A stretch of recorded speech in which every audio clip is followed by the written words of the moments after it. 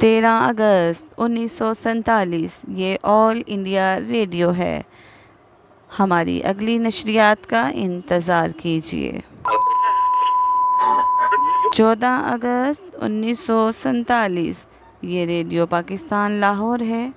آپ کو آزادی مبارک ہو۔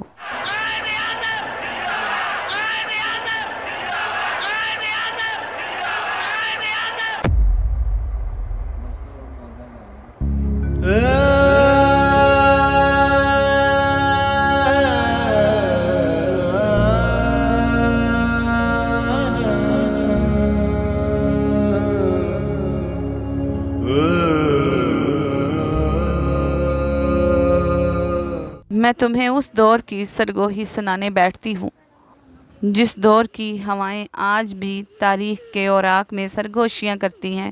یہ دور تھا بر صغیر کا، جسے آج ہم ہندوستان، پاکستان اور بنگلہ دیش کے نام سے جانتے ہیں۔ اس وقت یہ ساری زمین ایک ہی سوت کے موتیوں کی طرح جڑی ہوئی تھی اور اس پر تاج برطانیہ کا راج تھا۔ اس وقت کی گلیاں، بازار اور کھیت خوشبوؤں اور آوازوں سے بھری ہوئی تھی۔ کہیں مندر کی گھنٹی بجتی تو کہیں مسجد کا مؤذن صدا دیتا۔ بچے کچے، بوڑھے جوان سبھی اپنے اپنے دھندوں میں مشغول تھے، مگر ان رنگین فضاؤں کے پیچھے ایک ایسی چھپی ہوئی کیفیت تھی جسے دیکھنے والے کم اور سمجھنے والے اور بھی کم تھے۔